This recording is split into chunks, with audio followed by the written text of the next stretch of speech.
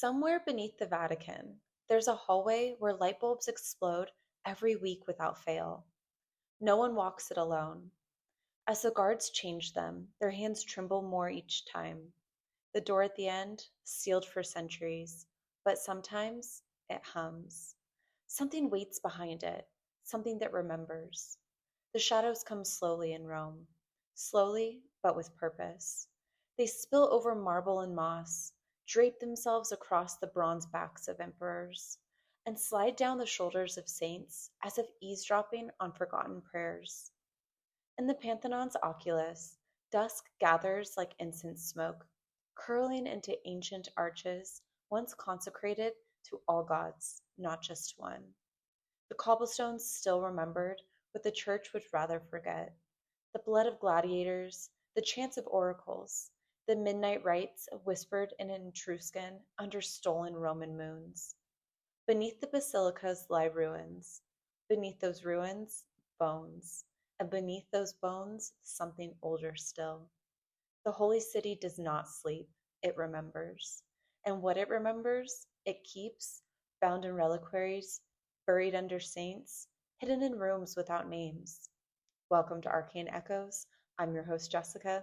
Tonight we descend not just through cobbled streets and candlelit chapels, but into corridors of time and vaults of silence. This is not the Vatican you've seen in postcards. This one holds secrets that bleed. The Vatican holds more relics than any other place on earth: bones of saints, threads of Mary's veil, drops allegedly of Christ's blood. But not all relics are venerated. Some are hidden. These are the negative relics, items removed not to honor, but to contain. A thorn from a crown that screams when touched, a coin Judas kissed before betrayal, still warm, a nail that turns red every Good Friday. They are locked beneath the Sanctum Sub Rosa, sealed by a pope and three keepers, each holding a part of a spoken key. One Jesuit archivist wrote in his diary, "There was one relic we were forbidden to name. It hummed in the dark. The Pope would not look at it." The guards say that priest Father Emiliano Casa crossed that threshold under papal order. The second he stepped inside, every bulb overhead shattered. He returned 43 minutes later, eyes rolled white, lips blue, fingernails scored with tiny crosses. He never spoke again. His name does not appear on any personnel roll. The infirmary log for that night is blank. Historians call it legend, but the bulbs in that corridor, they're still changed twice a week.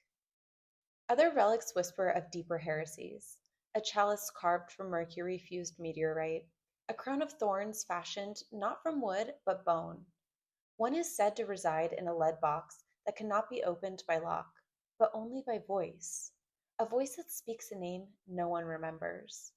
A scroll, unsigned and bound in spider silk, tells of a possessed child who whispered, "You offer me dust." Some relics don't vanish, they absorb. A chalice removed from its reliquary, its wood gone, replaced by hair. And then there are the 12 tongues of silence, each small, shriveled, each inscribed not in Roman or Arabic numerals, but in a language that predates Sumerian. They are not displayed, they are waiting. Before the church, before Peter's cross pierced the Roman sky, there were tombs. Twilight in the Vatican is not an hour, but a depth. Descend beneath the marble slabs of St. Peter's, and the air thickens, part candle wax, part loam, part antique myrrh. The necropolis under the Vatican is no metaphor, it is literal. Bones upon bones laid where St. Peter, crucified upside down, bled into soil that now feeds basilicas. Beneath the high altar lies not only Peter's remains, but a city of the dead, its streets paved with forgotten rites. Some archaeologists whisper that the necropolis floor plan mirrors ancient Mithraic temples, altars aligned to stars, corridors reflecting constellations. One such corridor, known as the Serpent's Navel, was sealed in 1949. The team that entered never published their findings. Only a single photograph survived, a mosaic of a lion-headed angel clutching a bleeding sun, Witnesses claimed the temperature fell below freezing, despite a Roman summer blazing above. Another sealed door, its frame lined with black salt, exhaled ozone and the scent of old wine when cracked open. An archivist who stared too long at the fresco within lost sight in both eyes. Visitors today walk only the safe halls. Deeper wings are barred not with keys, but with vows. One archway bears a chiseled warning in dead Latin: Intra lumen relinquere nomen. Enter the light, leave your name. Some believe the necropolis was never merely a burial ground, but a womb. Something ancient gestates there, stirring every 13 years, marked by tremors no seismograph records. An unconfirmed Vatican bulletin notes such a quake in 1966. The same night, Pope Paul VI held a midnight mass in a chapel that closed for restoration at dawn and never reopened. A seismic technician stationed in the Apennines that night was transferred into silence. His home stood abandoned, research journals missing. On the blackboard, he left a single chalked line: Lux ex tenebris non vinet. Light does not come from darkness. Deeper still, the palpable crypt corridor contracts, its barrel vault lowering like a closing jaw. 91 pontiffs rest behind bronze grills, each gate shaped with crossed keys and inverted crowns.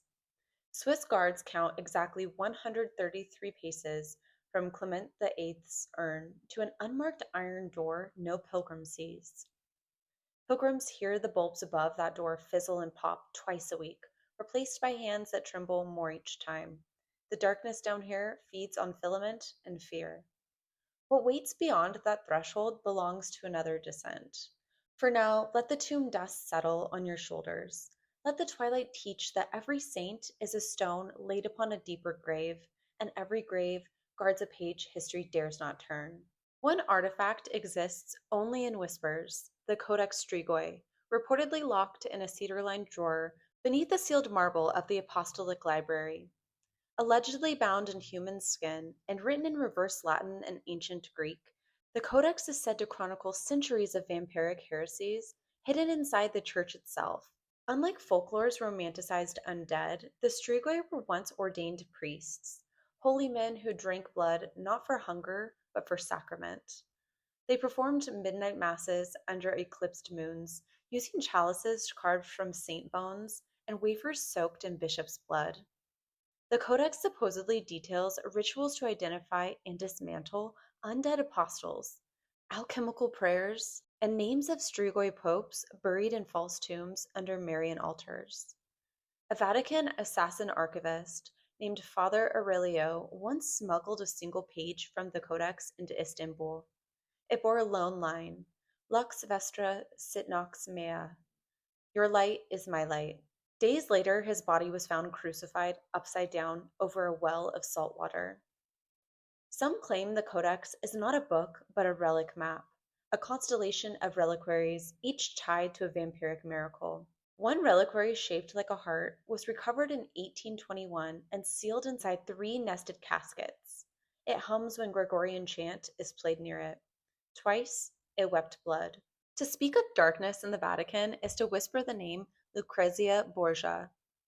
Painted by history as a seductress and poisoner, Lucrezia's deeper legend is stranger and far more enduring. While her brothers Cesare and Juan carved Italy with daggers, Lucrezia hosted nights of velvet-masked scholars inside Villa Spoleto, where a hidden chapel, walled in mirror-black obsidian and carved in the almond shape of a Vesica Pisces, waited beneath the altar. Eyewitness ink survives in a trembling hand. A Benedictine envoy, dispatched to observe, wrote only, "Her mirror drank the room. I saw my soul hanging upside down within it." Candle smoke curled like ink inside a glass as Lucrezia read from a crimson folio, bound in stitched vellum, possibly human, the envoy notes, while bishops and court astronomers formed a living star chart around her. Ciphered manuscripts link her to Lumen Noctis, a clandestine order devoted to unbinding the Apocrypha and restoring forbidden angelology. One letter preserved in the Archivum Secretum hails her as Regina Sub Rosa, the queen beneath the rose. Another, unsigned, lists the components of an inverted seraphic summons: a mirror polished in monk oil, 3 drops of cardinal's blood, 43 seconds of absolute silence during the Annunciation hour. Scholars later reconstructed a fragment of the whispered prayer: O lumen tenebrarum in angelo revoluto, dona nobis scientiam negatum. O light of the dark, in the turned angel, grant us the knowledge denied. Legend says the ritual concluded when Lucrezia smashed the mirror, each shard freezing midair before dissolving into soot. Those present signed oaths of tongue silence. Several disappeared within the year. One surgeon found exsanguinated, his veins arranged into the shape of a rose. Modern echoes persist. In 2019, ground-penetrating radar under Villa Spoleto registered an almond-shaped void exactly 19 cubits long. The permit to excavate was abruptly revoked by the Diocesan Heritage Office. The Obsidian Chapel remains unentered. As for Lucrezia's Crimson Folio, auction records list it once: Lot 666, Sotheby's, Paris, 1924. The page image, since scrubbed, showed an illustration of an inverted seraphim crowned with a papal tiara. And her father, Pope Alexander VI, master of feast and poison, allegedly gifted Lucrezia a ring that dispensed cantarella, white arsenic sweet as starlight. Some claim the same ring now sits in a lead reliquary in the Vatican armory, humming faintly whenever Gregorian chants drift through the marble. But not all mirrors show blood and angels. Some reflect time itself, and the Vatican once built one. The Church condemns astrology, yet it employs its own astronomers: Jesuits trained in mathematics and star lore, priests who chart the heavens from an observatory older than most nations. It decrees sorcery, yet deep within its vaults, it teaches rites older than Christ, rituals braided from Babylonian divination, Hebrew mysticism, and lost Enochian tongue. Not to summon angels, but to listen when they whisper. Beneath the apostolic palace lies a forbidden chamber spoken of only in the margins of certain dead cardinals' journals, the celestial room. A domed vault with no lights and no windows. Yet when a date is spoken aloud, its ceiling reveals the stars as they aligned on that night. Not painted, not projected, present. The air inside is charged, always the scent of frankincense and ozone, like static trapped in a censer. The floor beneath your feet moves, almost imperceptibly. Tiles realign underfoot, forming constellations that defy astronomical records. Some match no known skies. Others mirror star maps from pre-human ruins uncovered in Cappadocia and Peru. The room is said to have been built under the guidance of Pope Sylvester II, a 10th century pontiff accused in his lifetime of necromancy. Whispers claim he carved the chamber's geometry with a compass forged from meteor iron and blessed by a Sufi mystic who spoke to jinn. He called it Speculum Caelorum, the mirror of heavens. Records recovered from 17th century Jesuits suggest the celestial room was used not for guidance but for prophecy. One anonymous entry reads, His Holiness stood beneath the dome and named the final day. The stars vanished. Only the void remained, and torches outside could not stay lit for days. Another, from 1939, recounts Pope Pius XII, who, despite public condemnation of superstition, commissioned a secret star chart the day before his speech denouncing Nazi Germany. The chart he used, not aligned to Earth, but to Sirius B, a white dwarf invisible to the naked eye, worshipped by the Dogon tribe of Mali centuries before modern science confirmed its existence. Some Vatican astrologers believe the celestial room responds only to truth. Others believe it reflects not the stars, but the soul of the speaker. One Monsignor reported hearing choral echoes while inside, chanting in reverse Latin. Another returned mute, unable to speak for 11 days. When he finally did, he described a sky made of bone and stars blinking like eyes. Rumors persist that the room was sealed after a failed attempt to view the Second Coming. What they saw instead was Rome drowned in vine-covered glass and sun-pulsing red. No official record confirms this, but the Apostolic Observatory's logs show missing entries for 3 nights that year, and one Jesuit astronomer was reassigned to a cloister in the Apennines after a single line scrawled on the chalkboard before vanishing. The stars do not lie, but they do mislead. Not all Vatican agents carry incense and rosaries. Some carry radiation meters, star maps, and relics forged from meteoric iron. They are known only as the Watchers, priests, scientists, and mystics. A 1957 Watcher report details a visitation, not by angel, demon, or man, but by a radiant being outside all taxonomy. Described only as cloaked in stillness, it appeared for 19 seconds in the Papal Gardens. 3 monks witnessed it. 2 took eternal vows of silence. The third has not spoken since. The being left no shadow, but it did leave behind a scorch mark shaped like an 8-pointed star. To this day, that patch of soil yields only white poppies. An unconfirmed papal address by Pope John the 23rd, preserved only in UV ink transcript, mentions our celestial brethren who watch with mirrors of light. That line was struck from the official record. Some say church doctrine itself shifted after a 1960 closed-door meeting between a Jesuit astronomer and a U.S. Air Force official. What was discussed remains classified, but shortly after, the Vatican's internal doctrine ceased denying the existence of non-human intelligences. Instead, it began classifying them: angelic, infernal, or unnameable. Certain relics recovered by watchers, chalices carved from ice that never melts, rosaries found floating in orbit, are kept in a vault known as Turris Stellarum, the Tower of Stars. Access requires 3 seals: palpable, scientific, and spiritual.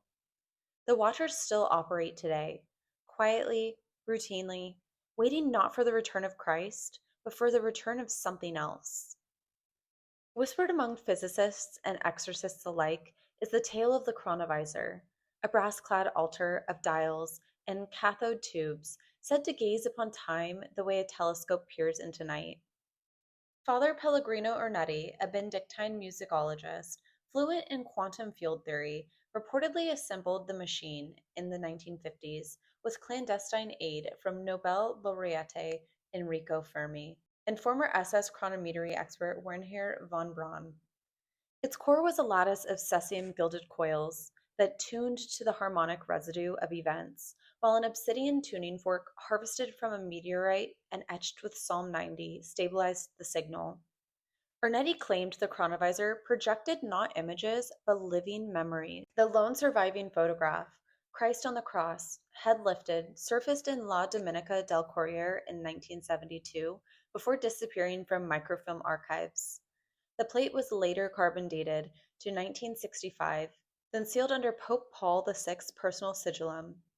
An infernal memo from the Congregation for the Doctrine of the Faith warned, "We did not open time, we opened memory, and memory does not sleep quietly." Subsequent experiments were ordered to target future epochs.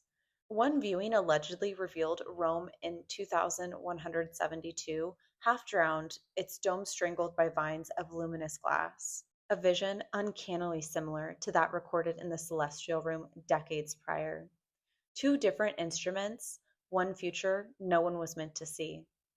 All recording devices failed. The monitoring priest ceased, repeating "mirror" 77 times before falling silent. Fearing temporal heresy, the sin of witnessing moments before their appointed hour, Paul VI issued the sealed Motu Proprio de Silentio Temporum, decreeing the device dismantled. The chronovisor was disassembled into 11 components, dispersed to monasteries from Monte Cassino to Mount Athos. Blueprints were burnt in Castel Gandolfo's furnace, yet pieces resurfaced. In 2001, divers retrieving a drowned sacristy bell from Lake Albano found an obsidian tuning fork humming beneath 20 feet of holy water. It sang in F sharp for 3 days before falling mute. In 2017, a copper coil engraved with Ernetti's monogram appeared at a Paris estate sale, purchased by an anonymous bidder using Vatican bank bearer bonds. Archivists whisper that the machine was never truly dismantled, that its heart, a palm-sized crystal sphere called the Rosetta lens, still lies beneath the Apostolic Palace, calibrated each Good Friday by 3 mute monks known only as the Custodes Memorae. One re-stamped folio in the secret archive bears a final margin note: Tempus videtur, ergo fiat. Time is seen, therefore it will be. Deep beneath the Vatican museums, down a spiral stair barred by 3 bronze grills, lies an ossuary monk called the Chapel of the Choirless. Bone chandeliers hang like frozen hymns. Femurs lace the vault in herringbone patterns, and every 7th skull bears its owner's name in red cinnabar. Names never canonized, names struck from every martyrology. These are the forbidden saints, wonder workers whose miracles unsettled doctrine. The Church neither blessed nor cursed them, it simply erased them. Vincentia ex Vinea bled wine from her palms for 27 years, yet refused to receive the host, claiming the vineyard speaks to me more clearly than the altar. Brother Egidius of the unshadowed lamp raised a drowned child, but demanded the family keep eternal silence. The boy's tongue never moved again. Silvana of the third wound bled backwards, her wounds closed at dawn, the blood seeping back into pristine skin. When penitents chanted psalms in reverse beside her tomb, the marble glowed like moonlit salt. The only record of their lives is the Libellus Obscura, the little book of shadows. 20 feet of vellum sewn end to end and inked in a pigment that oxidizes beneath candle flame, releasing a low Gregorian hum. Scholars attempting full translation report identical nightmares of choirs singing underwater. A marginal gloss in the libellus reads, "They sang until the church forgot its own voice." The scroll is stored in a lead scroll case stamped with the sigil NS, Nulla Sanctitas, no sanctity. Opening the case requires 2 keys turned simultaneously by opposing clerics so that neither alone bears the guilt of listening. Modern disturbances persist.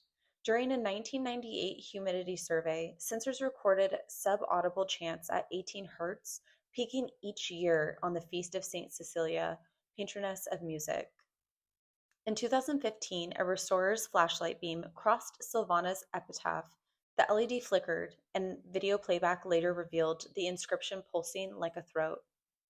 Archivists whisper of a final name at the skull's frayed end, written in iron gall and smeared as if by a shaking hand.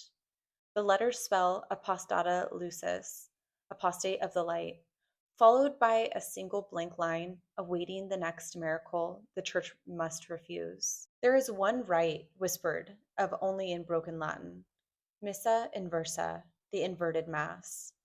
Said to be performed only once every century, this ritual reverses the traditional Mass. The altar faces north, not east. Prayers begin at the benediction and end at the Kyrie. The Eucharist is black bread and bitter wine. The priest does not raise the host, instead, he buries it. This rite, once used to seal doorways to infernal breaches, now exists only in fragments held in rooms sealed by oaths. One ritual book, the Mysterium Tenebris, is kept chained in a lead case, opened only when the veil thins by command of starfall. Eyewitness accounts suggest the inverted Mass does not draw evil, but reflects it. A mirrored liturgy cast like a net to trap the echo of malevolent things. The last confirmed Missa Inversa was performed in 1899 under the Vatican gardens. 10 monks participated. 7 were later institutionalized. 1 vanished. The last was found catatonic, fingers still forming the sign of a cross. In his final moments, he whispered, "I saw his face, and it looked like mine." This is the Vatican not shaped by devotion, but by duality, where every prayer casts a shadow, and the divine keeps its secrets like wounds it refuses to heal. Tonight, we have drawn back only the edge of the veil. If this descent quickened your pulse, keep your lantern trimmed. In part 2, we will journey deeper. Craving more whispers before then, step into the hidden circle on Patreon. There, the silence shatters. Hear a dramatic reading from a forbidden page from the Libellus Obscura, and a deep dive into the codex stregoy. Unlock bonus episodes, excised lore, and rituals entrusted only to the initiated.